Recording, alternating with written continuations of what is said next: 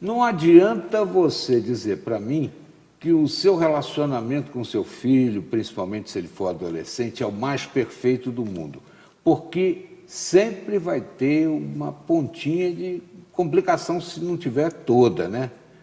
Tem gente até que fala que não é adolescência, é aborrecência. Bom, vamos ver aqui como é que a gente faz para vencer esse momento da vida, né? Estamos recebendo aqui a Marcela Mello, que você já conhece, ela é neuropsicóloga, né? Isso. E estamos recebendo aqui o Sérgio Rosa Júnior, que é psiquiatra e nos traz certamente alguns posicionamentos importantes.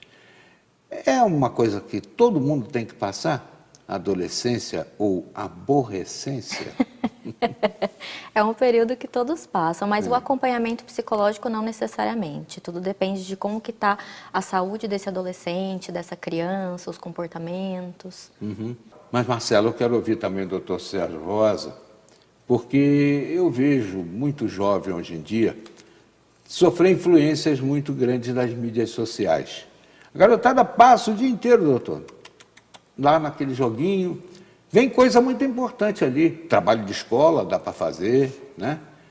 Mas vem muita besteira também. Com certeza. E eu acho que ali o jovem fica meio rebelde com os pais, pega ali uns jogos meio violentos, né? Tivemos aí recentemente alguns episódios trágicos, como essa escola lá de Suzano, né? Na Grande São Paulo, que a garotada entrou até com arco e flecha do tempo da guerra da Áustria com a Suíça, lá, o Guilherme Tell, com aquela flecha atravessada, chama besta, né? Sim, o cara sim. foi com besta, com machado, com... Isso aí é coisa desses jogos malucos que estão na... Então, nesse contexto tem essa influência, né, da mídia, dos jogos eletrônicos, desse avanço da internet, né, ultimamente. Mas não podemos deixar de lado de que é uma coisa, a internet de maneira geral é nova, isso é recente, tem muito a acrescentar de maneira positiva, só que, claro, cabe aos pais, cabe a nós, de maneira geral, observarmos e ficarmos atentos a esse excesso, né? Então, eu diria que o excesso é prejudicial. Mas eu acho que vem daí, doutora Marcela, a revolta, né? Não vou, limita, não vai, não pega, não vai. O garoto que está nessa fase, né, da adolescência fica meio aborrecido, meio rebelde. A questão não acho que é você cancelar ou deixar o adolescente de usar, de jogar, enfim, de ter as coisas de lazer, mas de limitar isso de certa forma, né? Então, em vez de deixar o adolescente só fazer isso, existem outras propostas que ele possa canalizar os sentimentos dele, como a raiva, por exemplo, através de um diálogo, uma boa conversa, atividades físicas, que é super importante, né? Pela mídia. Hã? Pela mídia. Não, fazer contato. atividade física mesmo, isso, no contato com a família, no dia a dia, sair um pouco do computador. Então, dividir as atividades do adolescente, da criança, para não ficar só no computador, entendeu? Eu vejo alguns jovens ficarem até deprimidos e terem de recorrer a profissionais como vocês, né, para buscar aí na complementação, até medicamentosa, a saída desse grau de depressão. Então, aí entra alguns fatores, né, que eu acho que os pais precisam perceber, né, e a gente precisa elaborar isso desde uma fase mais inicial aí no desenvolvimento do perfil do jovem, né, da criança e do jovem. Trabalhar os limites, trabalhar a tolerância à contrariedade. E aí? Você chega no seu filho, você impõe uma limitação para que ele acesse a internet, como ele responde a essa limitação? Se ele não responde bem a isso, opa, é um sinal de que tem alguma coisa. Precisamos ficar atentos. Então, os limites, a tolerabilidade, a contrariedade, as ordens, a disciplina, isso é um fator, isso é um sinal bastante característico que os pais devem ficar bastante atentos. E no caso de um tratamento, é necessário que toda a família se trate ou tão somente os jovens? Sim, eu diria que na grande maioria das vezes a abordagem é familiar. A família adoece. A família adoece, a família muitas vezes desconhece os conceitos, a aplicação do que você tem que fazer dentro de casa. Então, trabalhar a família é primordial. Marcela, por onde começa a situação da busca para resolver o problema?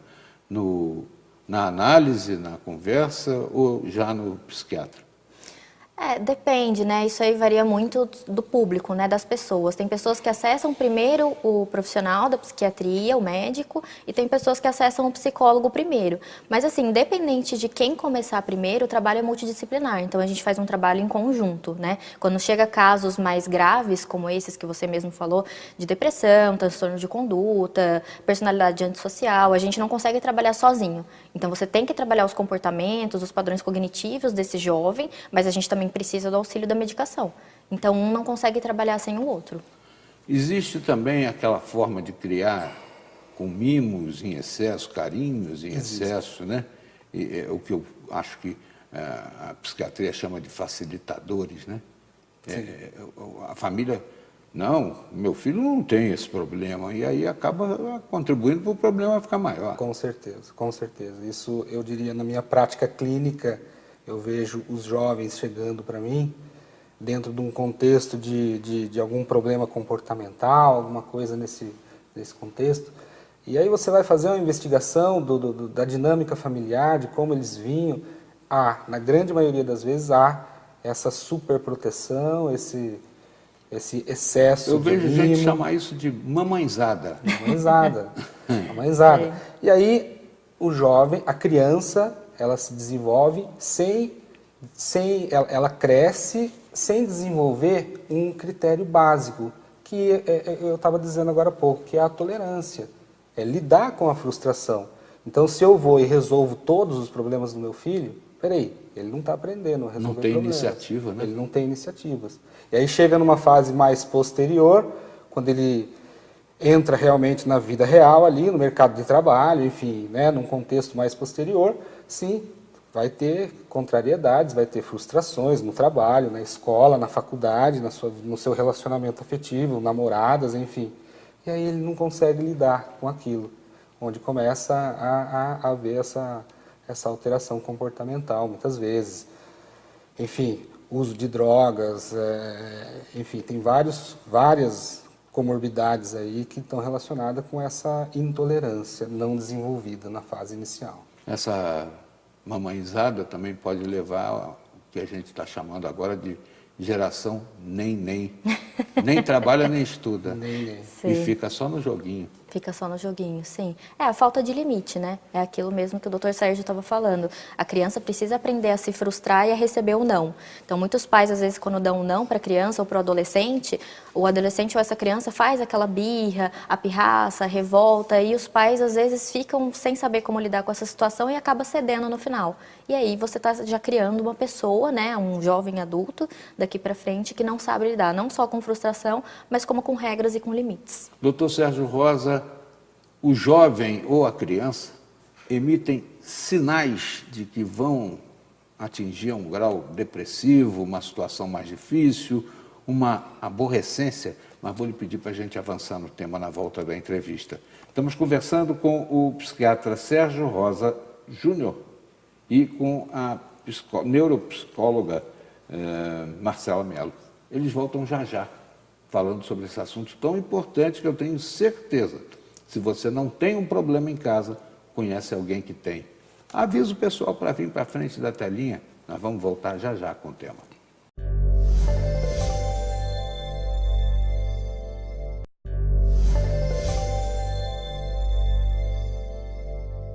Olha, o tema de hoje é muito importante, hein? Você que está em casa e tem o problema, está se servindo dele. Agora, se você não tem e sabe que alguém tem, avisa para a gente poder ajudar essas pessoas também. Estamos conversando com o Dr. Sérgio Rosa Júnior, que é psiquiatra, e com Marcela Mello, que é neuropsicóloga, a respeito da aborrecência, das dificuldades que muitas vezes a gente tem no lidar com o filho nessa fase, né? Que é uma fase meio rebelde, meio complicada. A criança, doutor Sérgio, e o adolescente, enfim, emitem algum sinal de que a coisa não está indo bem, a ponto da gente conseguir perceber com mais facilidade? O senhor pode dar alguma dica nesse sentido? Sim. A grande maioria das vezes a criança já apresenta algum sinal característico de que precisa acende-se uma luz ali que a gente precisa ficar de olho, né? Ainda mais que as mídias sociais hoje estão entrando cedo na vida das pessoas, né? certeza. Garotada já... Eu tenho pessoas no meu condomínio que a criancinha pequenininha está lá com o celular já na mão. Sim. Sim. Sim. E aí essa é a questão, né? E a gente precisa ficar atento, sim, sempre a esses sinais, né? Para que seja abordado sempre o mais precocemente possível, porque os resultados são muito melhores quando a abordagem é feita precocemente. Então isso é um padrão que a gente precisa ficar atento e obedecer a ele. Timidez em excesso, dona Marcela, é algo que também seja preocupante? É preocupante a respeito da pessoa que possui timidez pela dificuldade social. Mas a timidez e a questão do transtorno de conduta são coisas totalmente diferentes, porque a timidez você tem uma empatia pela pessoa, você tem sentimentos a respeito daquilo, só que você não sabe administrar. Agora, o transtorno de conduta, ou quando a gente está falando sobre o psicopata de maneira geral, a gente não tem esse sentimento de empatia. Então, na verdade, para ele é até interessante essa questão do sofrimento do outro, de observar o que acontece. Então, são coisas bem distintas, não tão vinculadas necessariamente, não. A gente está vendo não só a questão dessas mídias sociais trazerem mais influências, como também a questão de produzir isolamento. Porque a vontade de ir para o joguinho, de ir para a coisa é tão grande que a criança não quer sair de casa, fica ali naquela reclusão voluntária, né? Sim, sim. Bastante característico, né? E eu diria também, existe essa reclusão voluntária, sim, mas existe um aspecto que a gente vê também hoje que os pais cometem, que é bastante comum e não deveria ser.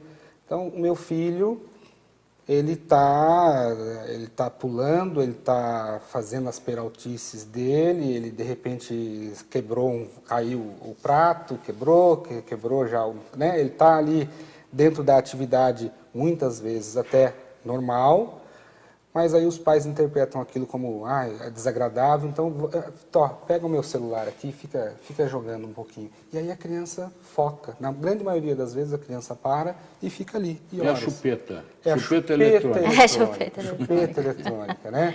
É a chupeta do mundo moderno. Então vai. E ela realmente funciona. Dentro desse falso aspecto aí, ela funciona.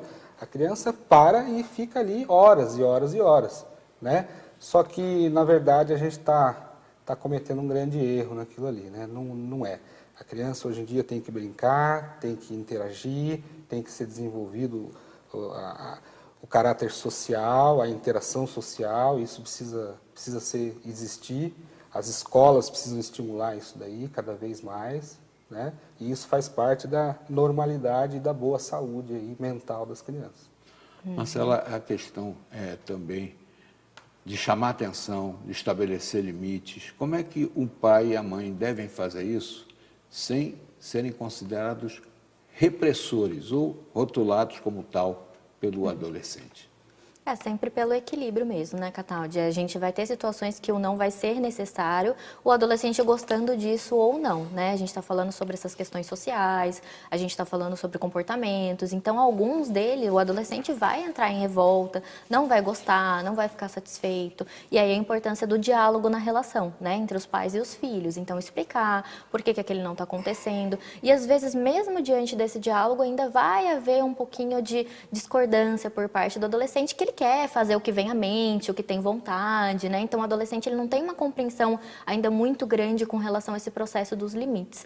A gente tem um processo maturacional também, quando a gente está falando do nosso cérebro, que está em desenvolvimento até essa fase aí de 18 anos, a personalidade, o senso crítico. Então, assim, por isso que a gente até brinca dessa fase de aborrecência, porque tem essa oscilação de humor muito intensa, hormonal. Então, assim, é muita mudança para o adolescente para entrar na fase adulta mesmo.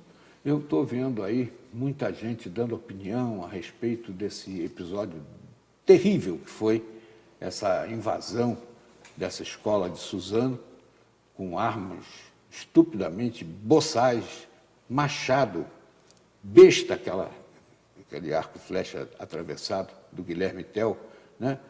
Explosivos, revólveres. Os sujeitos foram, sei lá, intencionados a fazer uma desgraça maior até do que a que aconteceu. Isso revela o quê? É um comportamento psicopático, um negócio... Sim, sim, tem bastante indícios que levam a gente a pensar nisso, né? Então, ele vai ser analisado, vai ser feito lá a perícia e ver o que aconteceu ali, enfim, né? Porque o estrago eles produziram contra si próprios, os dois se mataram. Aliás, o mais novo matou o mais velho. Sim. O mais velho tem 25 ou 27 anos, não sei se já extrapola a adolescência, mas está aí nos limites. Mas o comportamento desses dois jovens é um comportamento característico, tá? Eu ainda não tive muito contato com a história pregressa deles, que vai ser veiculada aí pela televisão de maneira geral, mas faz a gente pensar, sim, numa psicopatia, né? Num transtorno de personalidade aí, antissocial, alguma coisa voltada para esse contexto aí. E que obedece a essa característica, né? Um ato absurdo e bizarro, vamos dizer assim, sem a menor preocupação em delinquir, em matar, em tirar vidas, com ausência de remorso, com ausência de culpa, ausência de sentimento afetivo com as outras pessoas, né? É uma característica peculiar, sim, do psicopata, entendeu? Marcela, uma coisa brutal, né? Muito, Uma desgraça isso. com certeza. Tem muito a ver com esses jogos violentos? Os jogos, na verdade, eles são os gatilhos, né? Se a questão tanto do desenvolvimento da criança, com esse transtorno de conduta, esses sintomas que vem apresentando desde a infância, como o Dr. Sérgio falou, e aí essa questão aí da personalidade formada antissocial, o jogo é só um caminho, um gatilho para isso. Tem tratamento esse tipo de comportamento, doutor Sérgio? Olha, eu diria para você que cura, eu acredito que não, mas tratamento sim, tratamento sim. Estamos falando do psicopata, né? Uhum. É um transtorno de personalidade grave, ele apresenta sinais na infância, já logo no desenvolvimento ali da criança, eu diria que, né, na interação social, no seu desenvolvimento do caráter da sua personalidade, já começa a apresentar alguns sinais que faz o profissional, na verdade teria que ser feita uma avaliação profissional, muitas vezes os pais acabam não percebendo isso. Ah, meu filho fica muito tempo no quarto, mas eu nem sei o que ele está fazendo lá. Ele fica quieto lá no quarto, peraí, será que ele não está em um jogo de guerra brutal, nessas coisas que tem pela internet, de maneira excessiva? Entendeu? Então eu diria que os jogos, eles funcionam sim como um gatilho, mas é um sinalzinho que vai colaborando para que a gente vai montando todo o aspecto da doença em si. Quero agradecer muito a presença do Dr. Sérgio Rosa Júnior, psiquiatra, da doutora Marcela Mello, que é neuropsicóloga, falando a respeito da situação da aborrecência, de como a gente deve enfrentar esse problema sem mamãezada, porque a gente, com mamãezada, pode estar criando um monstrinho, né? É preciso ter atenção. Não basta botar filho no mundo, tem que acompanhar.